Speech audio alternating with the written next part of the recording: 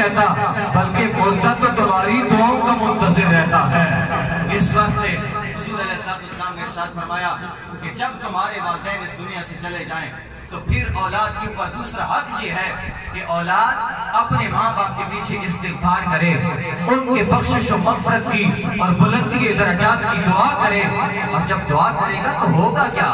حضور علیہ السلام نے فرمایا ان اللہ تعالی عز و جل یرفع درجۃ للعبد الصالح فی الجنہ فیقول یا رب انا لی ہذہ فیقول باستغفار ولدک لک۔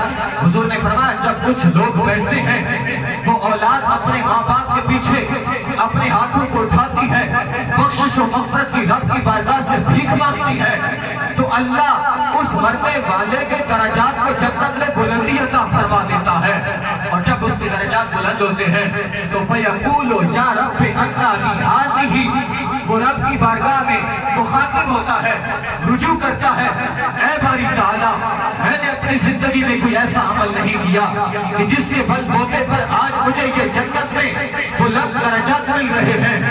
اے مولا میرے نام اعمال میں کوئی ایسا عمل نہیں ہے، کوئی ایسا فعل نہیں ہے جس کے بل بوتے پر آج مجھے یہ جنت کے اعلیٰ مقام اور درجات میسر آ رہے ہیں۔ جب وہ کہتا ہے فیقول یا رب انا لی ہذہ، مولا یہ کس بدلے پہ مجھے آج بلندی درجات ملے ہیں؟ رب فرماتا ہے فیقول باستغفار ولدک لک، اے بندے پریشان نہ ہو، آج جو ہم نے تیرے درجات کو بلندی عطا فرمائی ہے اس میں تیرا ذاتی کردار اور کوئی کمال نہیں ہے، آج تیرے بیٹے نے تیرے بخشش کی دعا مانگی ہے۔